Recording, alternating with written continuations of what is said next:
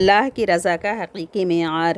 ایک شخص اللہ کا فرما بردار ہے، دوسرا اللہ کا نافرمان ہے۔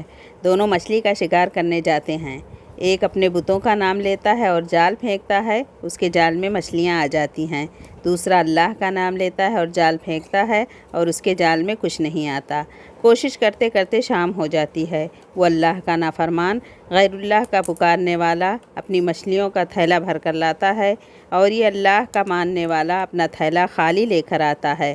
اللہ کا فرشتہ یعنی کرامن کاتبین حساب کتاب لکھنے والے فرشتے غمگین ہوتا ہے اور عرض کرتا ہے، اللہ وہ تیرا نام لینے والا خالی ہاتھ آ رہا ہے اور تیرے دشمنوں کا نام لینے والا مچھلیوں سے بھرا ہوا تھیلا لا رہا ہے۔